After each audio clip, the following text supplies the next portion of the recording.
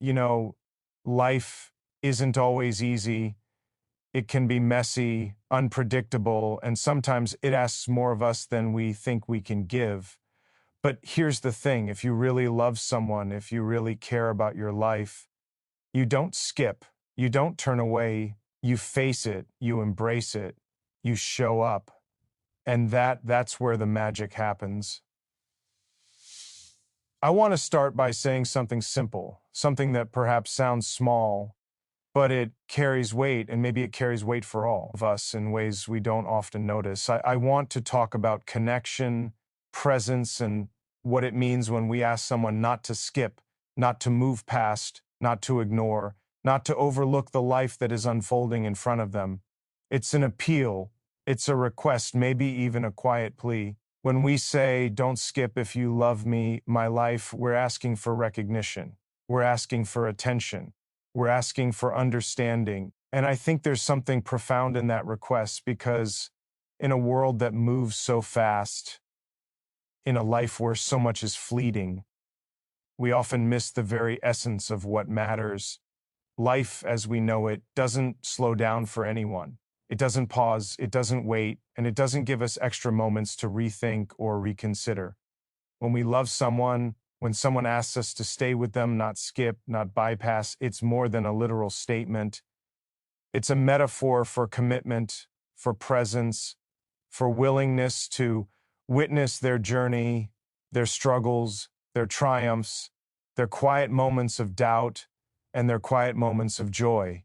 It's asking for a kind of loyalty that goes beyond the surface, a loyalty that is sometimes hard to maintain because life itself tests us in ways that are unpredictable. But isn't that the essence of love? Isn't that the essence of caring? To remain present even when the world offers distractions, even when the next thing seems more urgent, even when the path forward seems uncertain. I think about the ways we skip in life, often unintentionally. We skip conversations, we skip moments, we skip opportunities to truly understand each other, and then we wonder why there's distance, why there's loneliness, why the spaces between us feel wider than they should. We skip the little things that matter the most: an expression, a gesture, a shared laugh, a quiet glance that says more than words ever could. We skip because we think the moment isn't big enough or important enough, or maybe we skip because we think the person asking us to stay present is asking too much. But love is not about what feels convenient or easy. Love is about presence. Love is about staying even when staying is hard. When someone says, "Don't skip if you love me, my life," they are asking for recognition of the totality of their existence, the parts that are messy, the parts that are beautiful, the parts that are ordinary, and the parts that are extraordinary. They are asking you to honor the reality of who they are. And to do that, we need patience, we need understanding, we need empathy, we need the kind of attention that is rare in a world where attention is constantly being pulled in 100 directions at once. It's not just about being physically present. It's not just about showing up. It's about being emotionally and mentally engaged. It's about being willing to journey with someone through their struggles, their fears, their hopes, and their dreams, even when it's inconvenient. Think about what it means to skip. To skip is to avoid, to dismiss, to prioritize something else over the connection that is being offered to us. It's a quiet form of neglect, often unnoticed until it accumulates. And when someone we love feels that, when someone we care about feels unseen or unheard, it creates a subtle fracture in the relationship, a fracture that can grow if it's not tended to with care. So when we're asked not to skip, it's a reminder of the fragility and the preciousness of human connection. It's a reminder that our actions, our choices, our willingness to be present have consequences that are far deeper than we often realize. Love, in its truest form, requires courage, the courage to stay, to witness, to support, to endure the moments that are difficult as well as the moments that are joyful. It requires vulnerability, the willingness to open ourselves up, to let someone into our world, to let the M see our fears, our imperfections, our insecurities, and still choose to remain engaged. And in return, we are asked to offer the same courage, the same vulnerability, the same dedication. It's a mutual exchange, a dialogue of presence that cannot be replaced by fleeting gestures, by shortcuts, by avoidance. To love fully, we cannot skip. We must walk through the entirety of each other's lives, hand in hand, mind attentive, heart open. There's also a rhythm to life that mirrors this concept. Life moves in waves, and each wave carries experiences that are both challenging and enriching. If we skip over the small waves, the little ripples, the quiet currents, we risk missing the larger tides. The beauty, the lessons, the growth, they are often hidden in the moments we are tempted to skip. And when we choose not to skip, when we choose to remain present, we discover depth, we discover richness, we discover a sense of intimacy that cannot exist without sustained attention. We discover that love is less about grand gestures and more about the accumulation of small intentional acts of care. I want to reflect on the idea of life itself as a story. Each of us is writing a story with each breath we take, with each decision we make.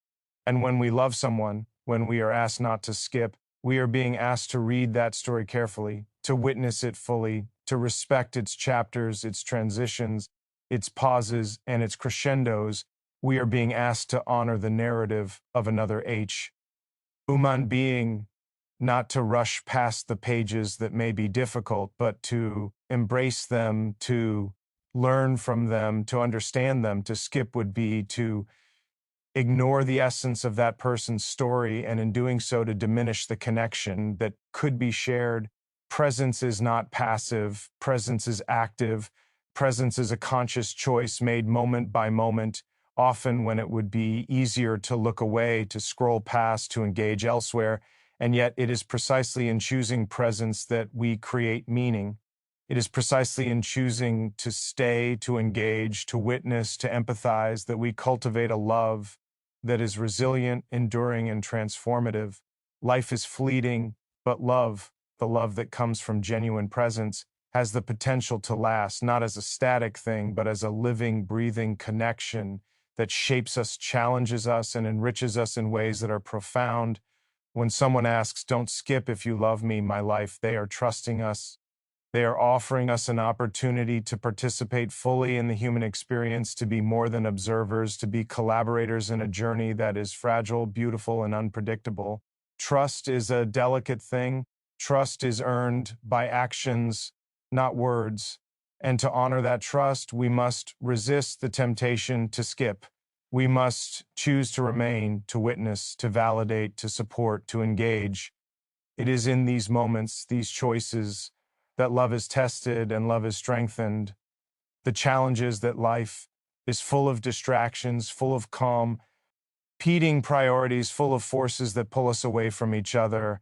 Technology, work, ambitions, fears, insecurities, all of these create barriers to true presence. But when we recognize the importance of not skipping, when we acknowledge that the request to remain present is a plea for connection, for understanding, for care, we can start to see the world differently. We can start to see relationships not as conveniences, not as obligations, but as sacred spaces that require our full attention.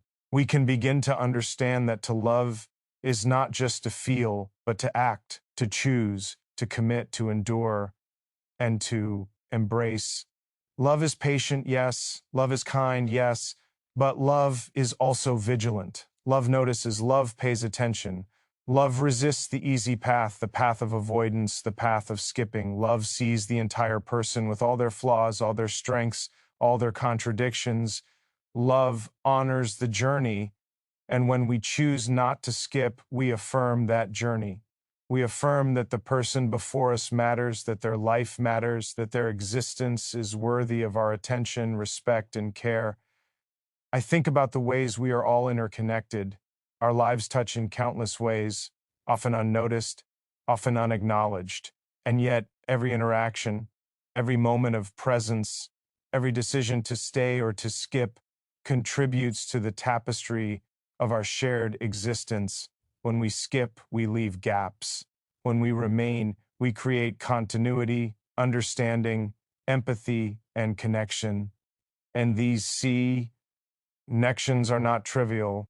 They are the essence of our humanity. They are the threads that bind us together, that allow us to find meaning, to find solace, to find joy in the midst of life's unpredictability. The beauty of choosing not to skip is that it is transformative. It transforms the way we experience relationships. It transforms the way we see the world. It transforms the way we understand ourselves. To remain present, to honor the request not to skip, is to step into a higher level of consciousness, a higher level of care, a higher level of commitment. It is to recognize that love is not a passive feeling, but an active engagement, a daily moment-by-moment choice that shapes the contours of our lives in profound ways. And in the end, perhaps the most important realization is this: to choose not to skip is to choose love, not the love that is easy, not the love that is convenient, not the love that only exists in the good moments, but the love that endures, the love that holds, the love that bears witness, the love that is willing to face discomfort, uncertainty, and challenge because the connection, the life, the presence of the other is more important than fleeting ease. It is the love that makes life meaningful, that gives our existence depth, that allows us to leave a mark, not in material things, but in the hearts, minds, and souls of those we choose to love and witness. I want to begin with a simple truth, one that might feel obvious at first, but that becomes profound when we pause and consider it fully. Love is not something that simply exists on its own. Love is not a passive feeling, a fleeting emotion that we experience and then forget. Love is an action. Love is a presence. Love is something that we cultivate, something that we practice, something that requires attention, intention, and courage. When we speak about love in this way, we are acknowledging that true connection between people is not a matter of chance or circumstance, but of choice. And that choice, that deliberate engagement, is what gives love its power, its depth, and its endurance. Too often, love is treated as if it is a feeling that happens to us, a random spark that appears in the right moment with the right person under the right circumstances. And while feelings are important, they are only the beginning. Feelings come and go. They are influenced by mood, by context, by external pressures. A feeling on its own cannot sustain a relationship, cannot carry a bond through difficulty, cannot hold someone in times of uncertainty or pain. What sustains love is presence. What sustains love is the choice to be active, to engage, to respond, to remain, to witness, to care. Love is alive when it is action. Love is visible when it is present. And love grows when it is nurtured intentionally, with mindfulness and dedication. To understand what it means to love as an active presence, we must first recognize what it is not. Love is not simply saying, "I love you," and expecting the words to be enough. Love is not giving attention only when it is convenient or only when it aligns with our desires. Love is not ignoring the realities of another person's life while claiming to care for them. Love is not passive. To passively love is to drift along the surface of someone's life without truly entering it, without truly witnessing it, without truly being present for the experiences, challenges, and emotions that shape them. Passive love may feel easy, it may feel safe, it may feel comfortable, but it is insufficient. It is not transformative. It does not build trust. It does not create connection. Active love, in contrast, is deliberate. Active love requires attention and effort. Active love means noticing the small details, the subtle expressions, the slight shifts in mood, the moments of joy and the moments of struggle. Active love means listening, not just hearing words, but truly listening to understand. It means responding with care, not out of obligation, but out of genuine concern. It means being willing to engage even when it is difficult, even when it challenges us, even when it pushes us beyond our comfort zones. Active love is present in the ordinary moments as much as it is in the extraordinary moments. It is in the shared laughter, the quiet conversations, the walks taken side by side, the hand held in moments of fear or sadness. Being present in love does not mean being perfect. It does not mean having all the answers or always knowing what to do. It means being willing to face uncertainty together. It means allowing yourself to be vulnerable, to show up authentically, to admit mistakes, to offer forgiveness, and to seek understanding. Presence in love is not about grand gestures alone. It is about consistency, reliability, and attentiveness. It is about showing up day after day in ways both big and small to affirm the value of the person you care for, the relationship you are building, and the life you share. Consider for a moment the difference between passive and active presence in love. A passive presence might look like being physically near someone but emotionally absent, sitting in the same room while scrolling on a phone or nodding along without engaging in meaningful conversation. An active presence, by contrast, is fully engaged. It is attentive. It notices when something is wrong, when something is beautiful, when something is needed. It responds, it acts, it participates in life with the person you love, not merely alongside them. Active presence is not about control or dominance. It is about being an ally, a companion, a partner in the journey of life. It is about being willing to share not only the joys, but also the burdens, the challenges, and the uncertainties that inevitably arise. Love as active presence also requires patience. Life is unpredictable and people are complex. To truly love someone means to recognize that they are not a static being, that they are continually growing, changing, and evolving. It means understanding that mistakes will be made, that frustrations will arise, that challenges will test both individuals and relationships. Active love requires patience to witness these moments without judgment, to provide support without resentment, to offer understanding without conditionality. Patience is not passive, it is an intentional choice to remain engaged, to allow space for growth, and to honor the process of life unfolding in another person's existence.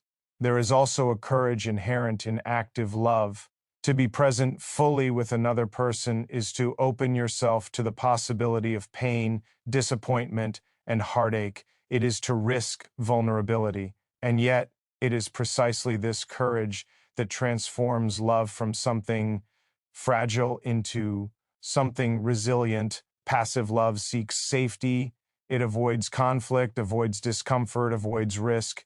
Active love embraces the fullness of human experience, knowing that true connection cannot exist without the willingness to confront the unknown, to endure the difficult moments, and to celebrate the joyful moments with equal intensity. Courage in love means standing with someone even when it is inconvenient, even when it is challenging, even when the outcome is uncertain. Active love is also about empathy. To love actively is to step outside of ourselves and try to inhabit the world of the person we care for.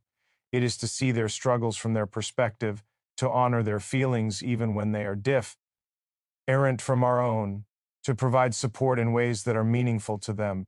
Empathy is not passive, it requires effort, awareness, and a willingness to stretch beyond the limits of our own experiences.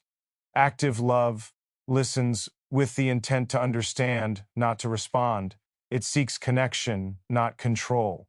It validates experience, not dismisses it. And in doing so, it creates trust, the foundation of all lasting and meaningful relationships. We can also see active love in the daily practices of care. It is in the small gestures that may go unnoticed but carry immense weight, preparing a meal for someone, sending a thoughtful message, taking the time to check in, offering a listening ear, or simply sitting quietly together in shared presence. These acts are not flashy or performative. They are subtle expressions of attention and commitment. They communicate that the other person's life, feelings, and experiences matter. They demonstrate that love is not abstract, it is tangible, actionable, and sustained over time.